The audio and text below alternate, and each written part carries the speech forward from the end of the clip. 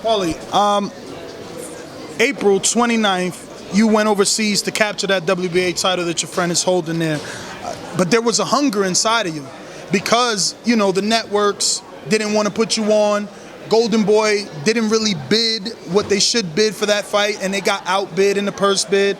So you had a drive, you had a certain motivation to want to go over there and win and get that title to prove everybody wrong. And you did, because now you're main event again on the big networks. How do you keep that drive? How do you keep that hunger? The hunger stays just because you think you're finally going to be respected and you're not. You know, I think I've had that my whole career, you know.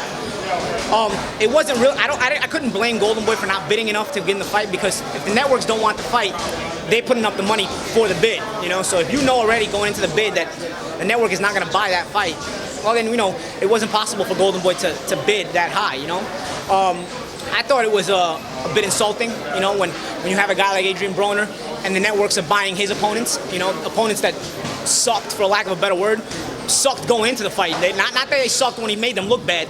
Guys like Floyd Mayweather make a good fighter look bad. Guys like Adrian Broner take a bad fighter, and he looks bad against them, of course. I mean, what is the guy supposed to look? I mean, he's not that good to begin with. So it was insulting when the networks wouldn't buy the Zinchenko fight, because in fighting Vyacheslav Zinchenko, I was fighting an undefeated guy, a guy who had represented his country in the Olympics in 2000 in Sydney, a guy with a good backbone of a boxing background.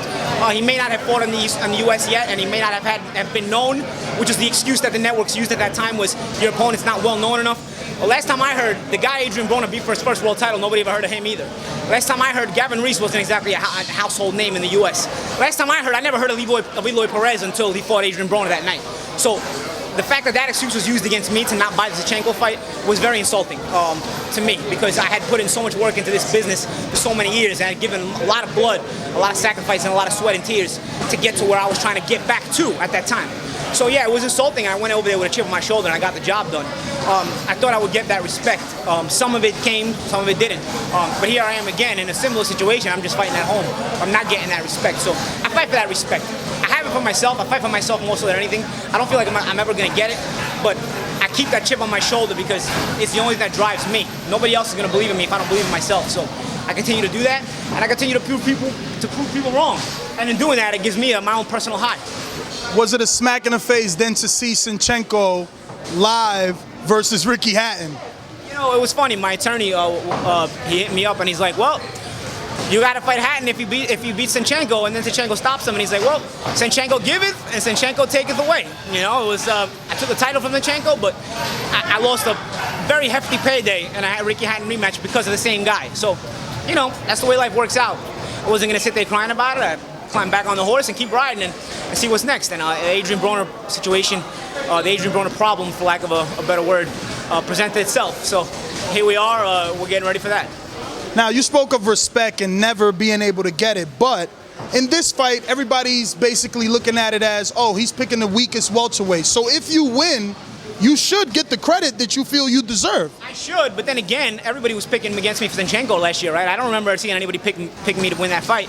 And when I beat him, what happened? That guy was overrated, that guy was nothing, that guy was this. Do I really get credit for that win? I mean, people talk about my biggest fights in my career. They talk about only the losses. Nobody talks about how they were talking about before the Zinchenko fight, though. You know, so you know, I don't expect it. I expect everybody to say this was a blown-up lightweight who came up, who was overrated, who had been given a lot of credit before he ever earned anything, which is basically the same thing I'm saying now. But I think people are gonna say once I beat him and make him look bad. But you know, like I said, I don't expect to get that credit. You know, I don't expect to get that respect. Really. My main focus has been recently just to I fight for the paycheck, man. You know what I'm saying? I have that chip on my shoulder once the fight gets there, that as a grown man, I got another grown man across the ring from me, and I'm gonna prove that I'm more man than him by taking him on one-on-one and beating him.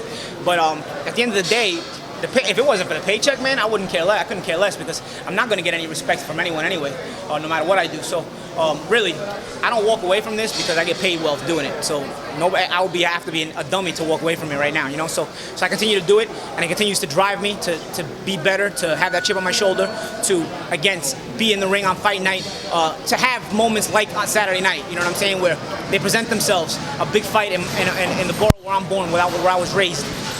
Just miles from the hospital where I was born at, you know? It's words can't describe that feeling. So I gotta correct myself. It's not just the money. Moments like that present themselves, and yeah, they motivate you, you know. But at the end of the day, it's all for myself. That moment is for me. The money is for me. It's all for me now. I don't fight for anybody else. I fight for me. Brooklyn represents me good. I hope they continue to represent me. But at the end of the day, I've had too many people turn their backs on me when things didn't go right. And I've only had my close-knit circle around me to really keep believing in me. So only my close-knit circle are really the people I care about. I've learned that people can be very fickle, and for that reason, I don't let anybody get too close anymore.